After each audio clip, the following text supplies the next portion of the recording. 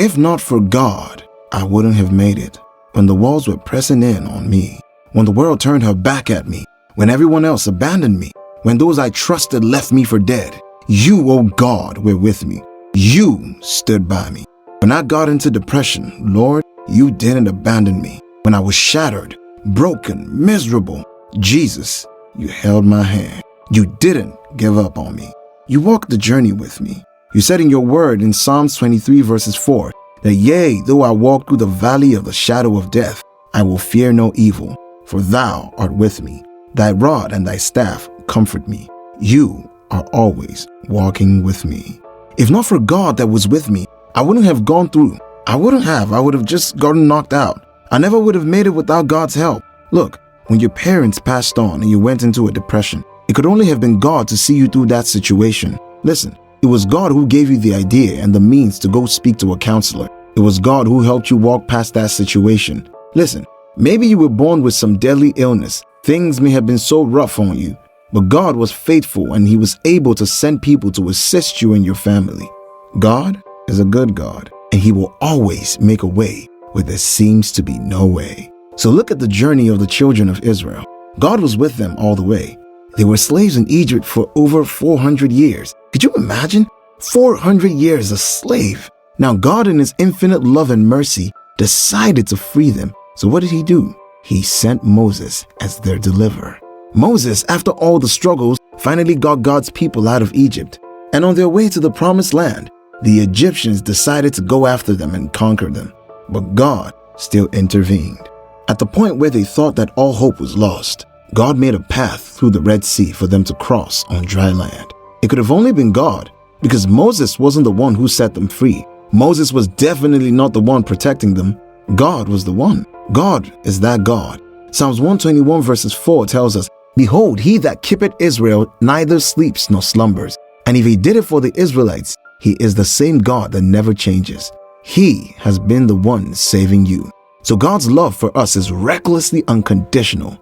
Really, he doesn't really care whether you love him or not at that time or not. But if you're being sincere with yourself, you see that God has been with you way before you became born again. In fact, everything in your life was to prepare you for where you're going or for who you'll become. Look, it's not a coincidence that you were an armed robber and during one of your numerous attacks, all of your gang members were killed except you. God had a plan for your life. He had where he was taking you to. Or you were a prostitute and you had the opportunity to change for good. Look, a lot of other ladies did that and they died in the course of the journey. Some were used for rituals. Others were cut into pieces. They were sold. Others were used for human trafficking. But you got out of it. Maybe with a deadly disease, but you're alive. And that's a blessing.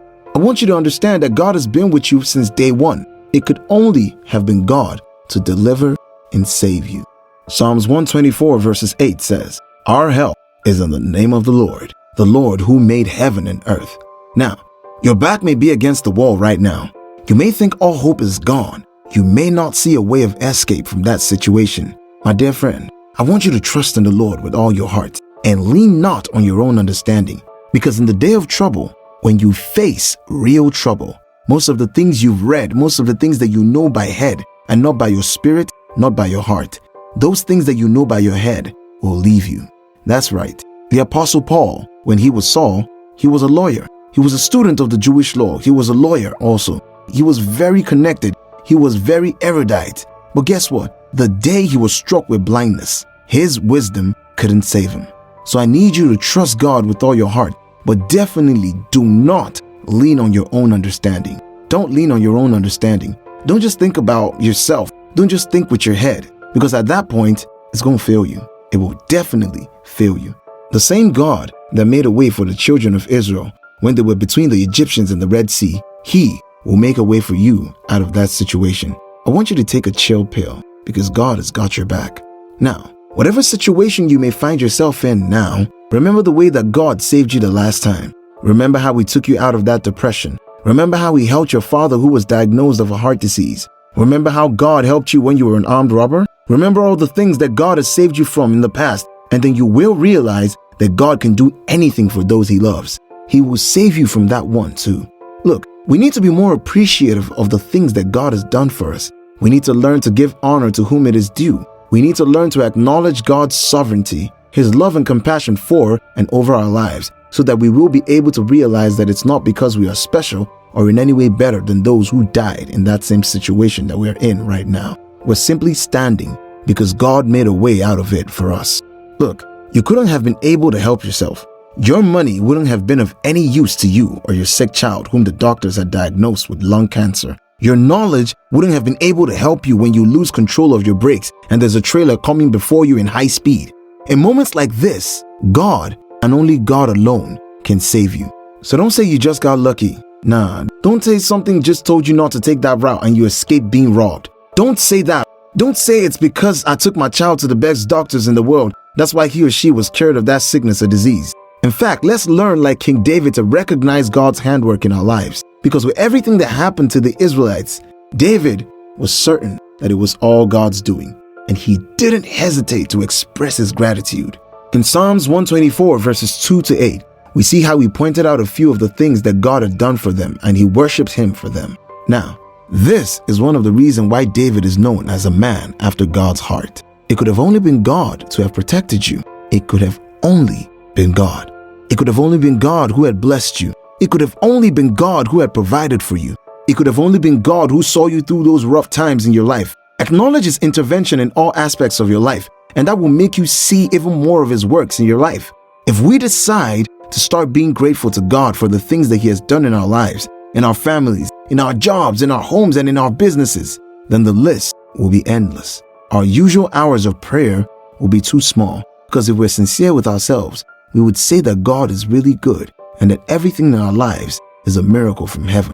You know, I remember this particular testimony about myself. I remember when I was very young, my mom told me that when I was born, I had been diagnosed with polio. Now, for those of us that do not know, polio is a form of a neurodegenerative disease. Now, polio is this kind of disease that can leave you paralyzed. It can leave you paralyzed. You can become a paraplegic. You know, she told me that one of the days when I was being cleaned up and all, she noticed a certain change in one of my legs. And funny enough, she said she could have ignored it, but she got that nudging feeling not to. Now, she takes me to the hospital. I'm taken to the pediatrician, and the pediatrician takes a very good look at me, and he sees that, oh, this is polio.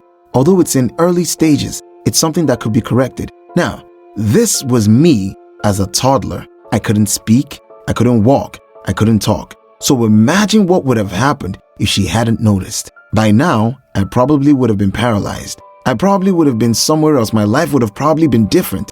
So think about it.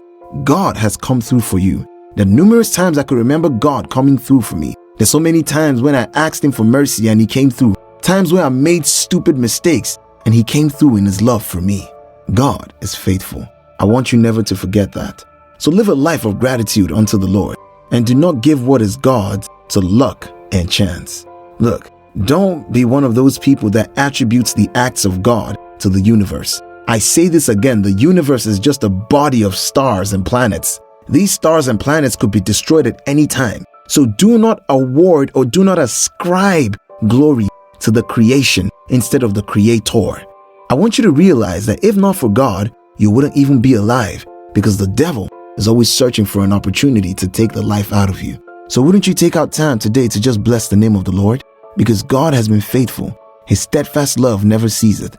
God's mercies are new every morning. It could have been worse, but it's better. Things could have been far worse than they are for you right now. But God in his infinite mercy kept you. He kept you. He made sure that everything was okay with you. So I want you to know that God has you in mind. Never forget this. Thank you for listening. God bless you.